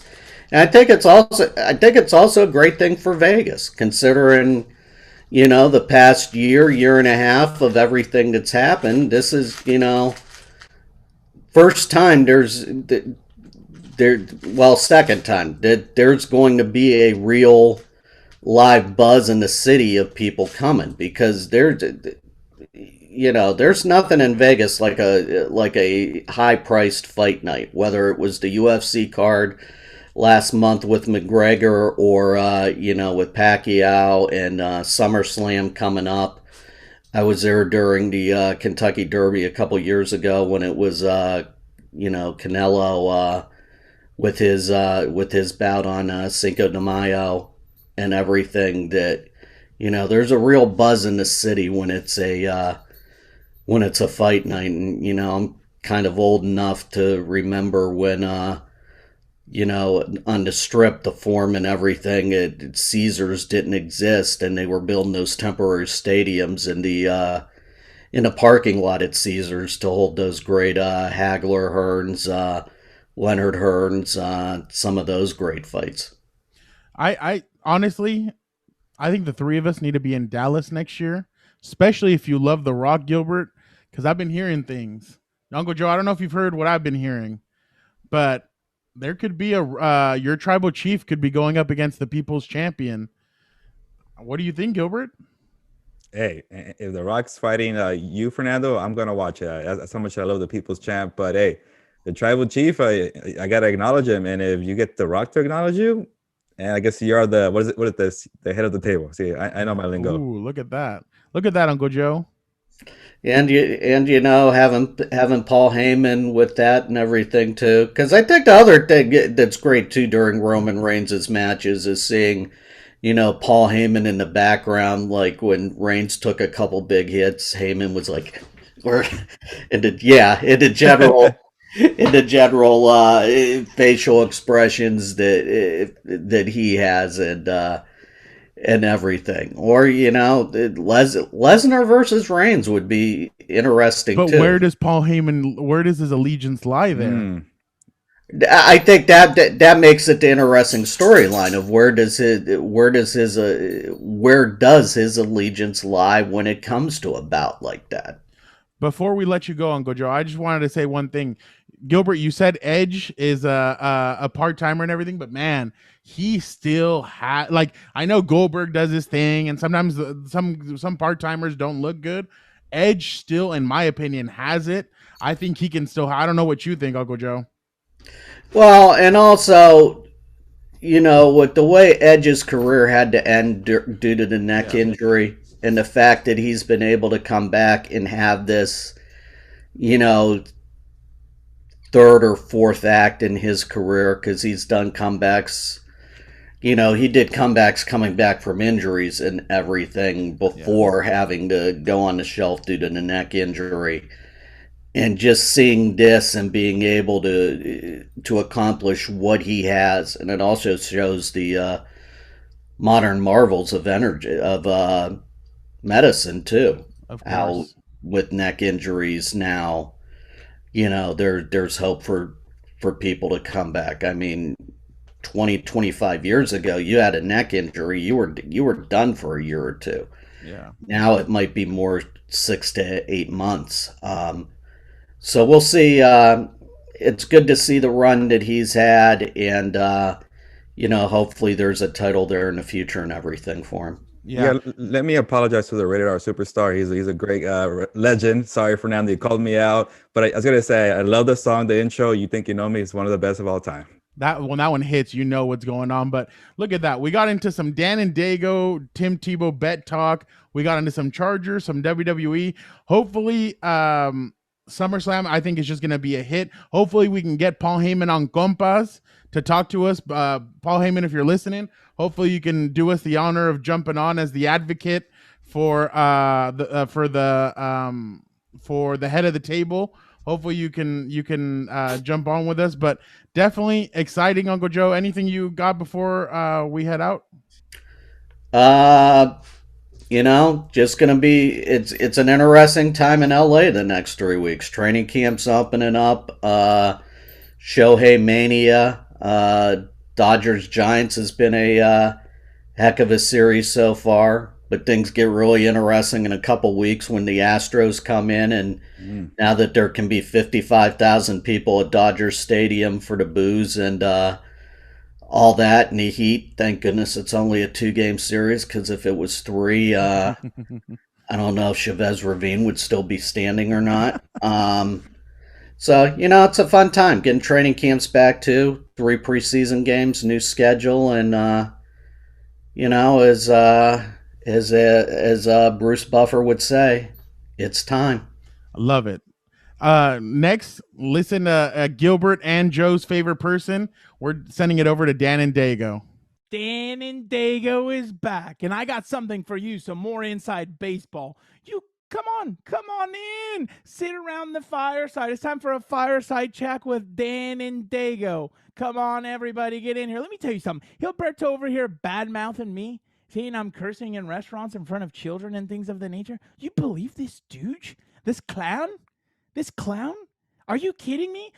First off, he was the one working me up because, that Latin blood just gets hot when you're talking about my teams and all this naughtiness. First off, he starts off with this craziness of, Tim Tebow, he's not, what? Who? He's not going to make a team? What's going on? He's just a hater. Then on top of that, all this naughtiness about my quarterback, Justin Herbert? What? Are you crazy? Don't you dare speak. I don't need bad jujus getting out there in the universe and God forbid something happens. What is he doing? Then on top of that, let me tell you, that wasn't even the worst offense. The worst offense was this dirtbag. After we were done eating, he looks at us after we had mentioned once or twice that there was a lot of traffic to get back to San Diego. Because mind you, we had to go up there to see His Royal Highness out there. God forbid he drive 40 minutes or longer down to meet us in the middle or all the way in San Diego. But on top of that, this dirtbag, this stooge, hears us say there's a lot of traffic to go back. And you know what he says? He says, okay, guys, see you later. Oh, he doesn't, no, God forbid. He'd say, compas, ven a mi casa. Come to my house. Let's have a few chelas, beers, whiskey, something. You know your boy Dan and Daygo's drinking if he's out. And no, none of that. He just says, oh, goodbye. God be with you. Really? Is that a compa? You let him know in the comment section. But anyway, let's get to this. Can you believe those two hacks, Gilberto and poor Uncle Joe, being misguided? And let me tell you something. Besides the fact that they don't believe in Tim Tebow, let me tell you something. I'm about to win 2 bottles of whiskey because Uncle Joe decided to jump in on our bet with Gilberto, which is a big mistake listening to that joker right there. Gilberto thinks he knows. He doesn't know. Dan and Daygo knows. That's why I'm wearing this Ron Artest shirt, because he can't run forever. I'm going to start dropping elbows like the Heartbreak Kid and Ron Artest. That elbow's going to be heard everywhere. But anyway, I got a job to do, and that's to get everyone to Brewery X in Anaheim this summer. I need a beer like Stone Cold Steve Austin. What? And the perfect place for beer is Brewery X in Anaheim. What? That's right. Brewery X in Anaheim is a top destination this summer. I've been saying it for weeks now. They have the best beer menu. So play Compas on the beat in the car and drive over to Brewery X in Anaheim. You won't regret it. And tell them the Compas sent you to Brewery X in Anaheim. Also, leave a review on Yelp. Write the Compas sent you to Brewery X in Anaheim. Let them know who you're rolling with your boys over here. Okay, now let's get to Una Más. And Fernando, you better ask Gilberto why he's been ducking me. He's going to get this elbow, and then you can put up the Dukes one of these days. He can't run forever trying to pull the whole rope of dope. That's not going to work with me. I'm like Tyson. I'm going to come in to take off his head, just like Ron Artest.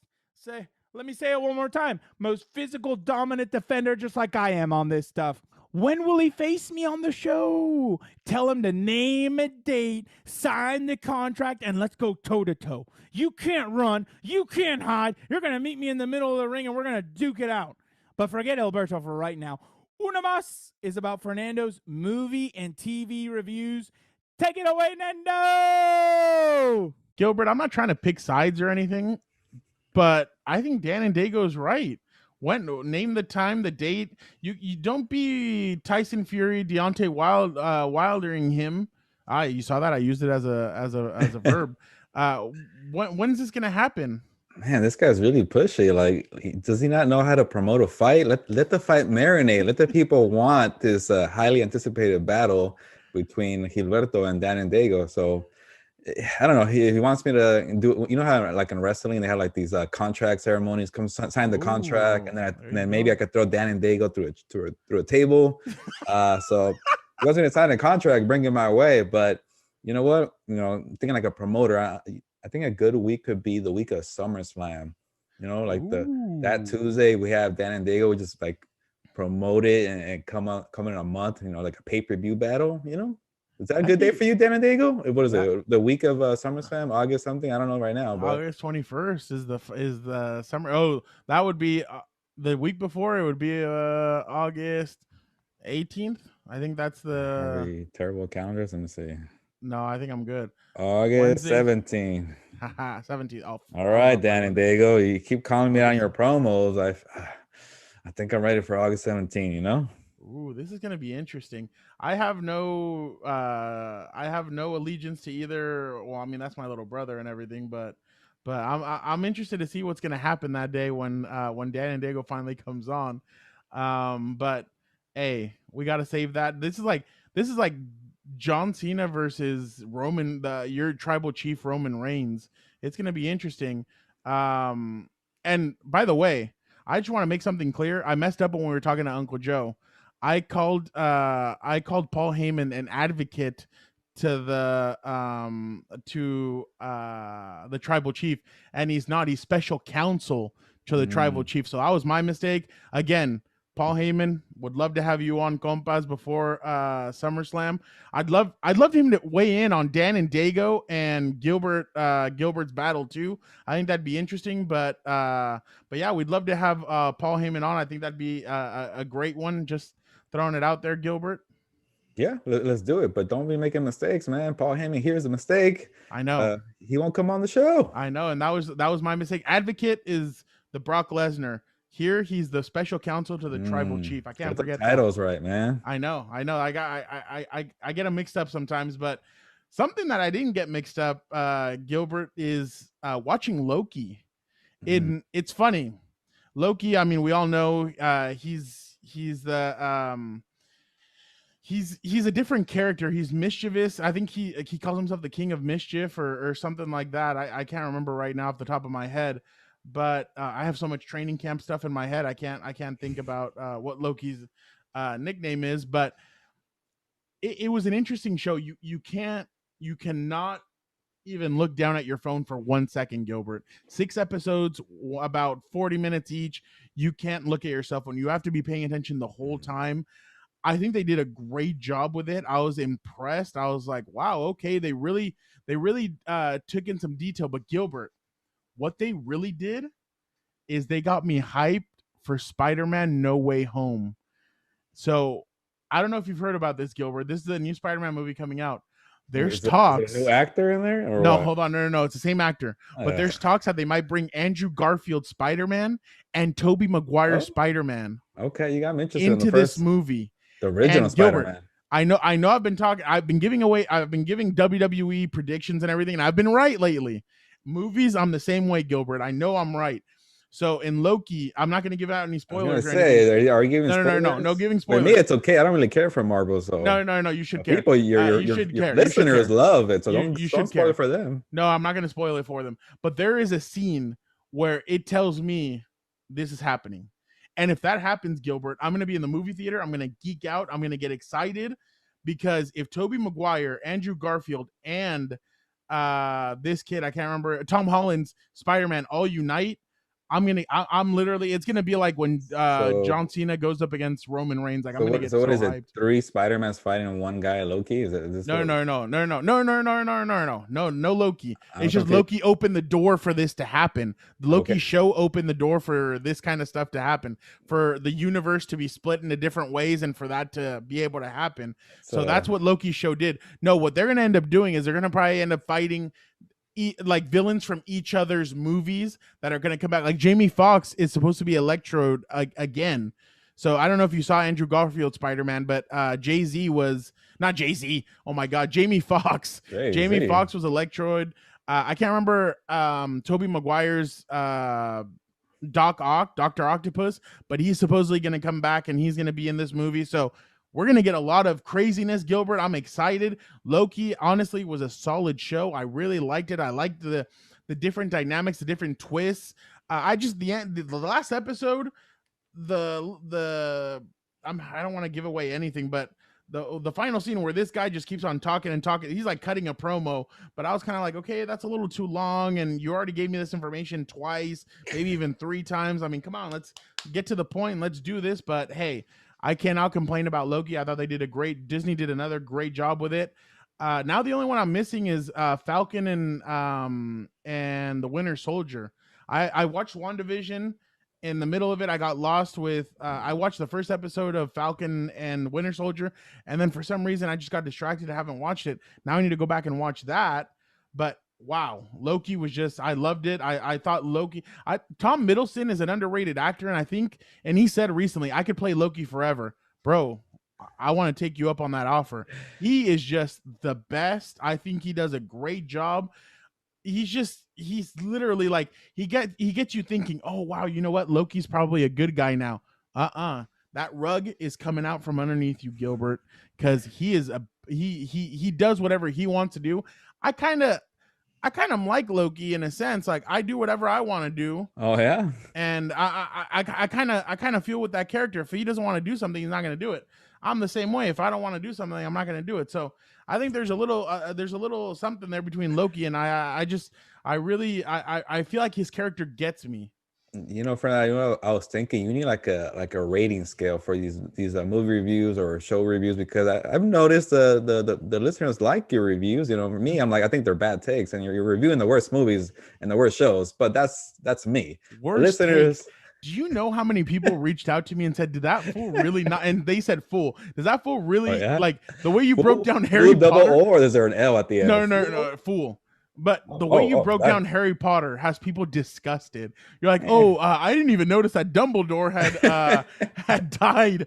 They changed Dumbledore's. I'm like, oh my god, like I couldn't believe It was that. the same old white guy to me. I don't know. Oh my god. But, They're like, people have reached out and they're like, how do you let him talk about movies and stuff? I'm like, hey, we all got to give our opinions. Gilbert is going to give his. Gilbert, are you a Marvel fan? Who's your favorite Marvel character? If you're watching the show, I'm not really into Marvel. I already told you, the only Marvel movies I like is Deadpool or X-Men, and I'm just different like that. But you know what? I'm thinking we're onto something though, Fernando. You like to review movies that are really really popular and like franchises, and I like to bash on movies like that. So like we have something here where like people want to hear me just shit on something. Sorry, I'm already. Can you? Okay, it wasn't even Fernando, by the way. You say crap, right? You can crap on something that people really like. That's maybe my thing, and your thing is like hyping people up. So I think we found something here. And Fernando, going back to my rating scale, I think you found your audience. You're good at it, and I want to help you here. So maybe kind of making fun of myself a little bit. You know how on Rotten Tomatoes they have like the fresh tomato or those guys are idiots. Okay, we'll go get there. I'm so okay, but they have a scale. I don't care about them. But actually, yeah, you know what? Every time I want to watch a movie, I go to Fresh Tomatoes to see the rating. If it's below, I see fan score. That's the thing. You're definitely a fan score person. Yeah, I can see that. No, those morons rated The Last Jedi a 90-something%. The Last Jedi, really? It was terrible. Then they rated The Rise of Skywalker super high as well, and I was like, dude, are you kidding? I like these movies. Palpatine was in it. You know what, Fernando? Oh my god! I might be a Rotten Tomatoes critic, and you're the fan guy. You probably are, and it would piss me off. Like I remember. Wait, let me finish my rating idea. So and don't even get me started on what Stephen A did the other day. He rated his favorite Marvel movies, and I'm like, oh my god, his list was terrible.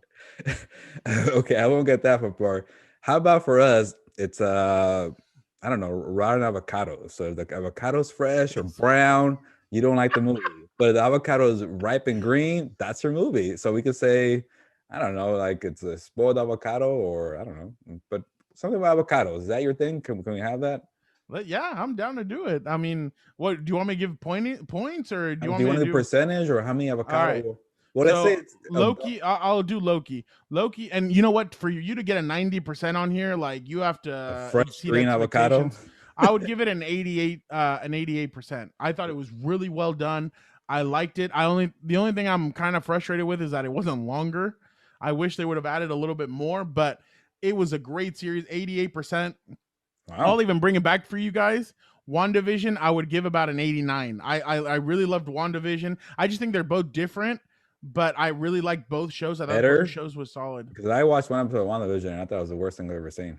Bro, that's because you don't know you don't know these people. You don't know what's going on. It was like I Love Lucy. I'm like, what am I watching? That's exactly the point, bro. Nostalgia. I gave up. Irony. It was they even did an offense intro. It was like 3 episodes in. It was 20 minutes of my life that I couldn't get back, and it was just, bro. It was terrible. You have to you need help. You need to go on a voyage, and find yourself, because these movies are incredible. But I that's how I would score them. Loki 88%, WandaVision 89. I like WandaVision a little bit more, just because it kind of took its time to really get in there and explain to you everything, and they brought back some people that you're like, oh wow. Loki did a great job too, and it did everything. It's just that they're two different shows, but I'm definitely I'm down to do that. I'm down to rate movies. So fresh avocados and podrido avocados. How about that? No, they were both fresh. Okay, avocados. But I'm just saying, but for the bad ones. Oh yeah, podrido. Yeah. Bad ones. I mean I'm not gonna get into. Oh, but there you go. I'll give you Black Widow too. Black Widow was fresh, beautiful avocado that I can put on my tostada. 86. I liked it. I really did. There were some things that I was like, but I'm gonna say you're an easy critic, to be honest. No, I'm Give me not. something you don't like. Okay, Fast and the Furious 9. What was that? 78. Okay, it's still kind of passing grade. It's not. It's still not. It's a little brown avocado. Okay, but it's, you got the car crashes that you wanted, and then I gotta see John Cena. Can you review a as- movie you hate? How about that? Be the bad. Yeah, guy I first. can do Star Wars. The last 3 movies that came out that were trash. I like those. Okay, Oh my, you Those were would good like movies. those. I like were all of them terrible. besides the prequels, which actually your brother likes. It's weird. Oh yeah, no. I like the originals. The originals to me are Okay. slam dunk over 90%ers. We could split it up. Like Dan and Dale could be the first 3. You got the 4 through 7, and I got the last 3. Like No, because the last 3 you're gonna Those are make mine. them freaking high, and I'm gonna get pissed. then maybe we should switch it up. Oh my god, I would get so frustrated. what's No, funny? I can give you my rating right now. Ryan Johnson's the first one, the one that Han Solo and them, the Force Awakens. I would give that a 68%. Oh, I would give Ryan Johnson's a 35%, and I would give The Rise of Skywalker about 45%. Oh my god, They were so bad. these are at least over 70. They were so bad. Okay, No, now give me no. the No, first they're 3. not. The first 3 were worse. Come on. The first 3 what? Whatever, the one with the little Anakin. Those were terrible. Oh, 1, 2, 3. 1, 2, 1. I would give a 51%. I'd probably give Attack of the Clones. Attack of the Clones, the only reason why I loved it is because Yoda fought in it, and I thought that was pretty cool. But other than that, I would have given the whole storyline with Anakin and her. Anakin, the guy's just a bad actor. Christian Haydenson or whatever the heck his name is. He was just a bad Anakin actor. So I'd give that one probably a 48%. And Revenge of the Sith, I'll show it a little bit more love. I'd give it probably about a 80. About Really? an 80%. I That's actually really- that that's that really final high. scene with him and Obi-Wan, like that thing is just epic. And then when he's like, Anakin, don't try it. I have the high ground.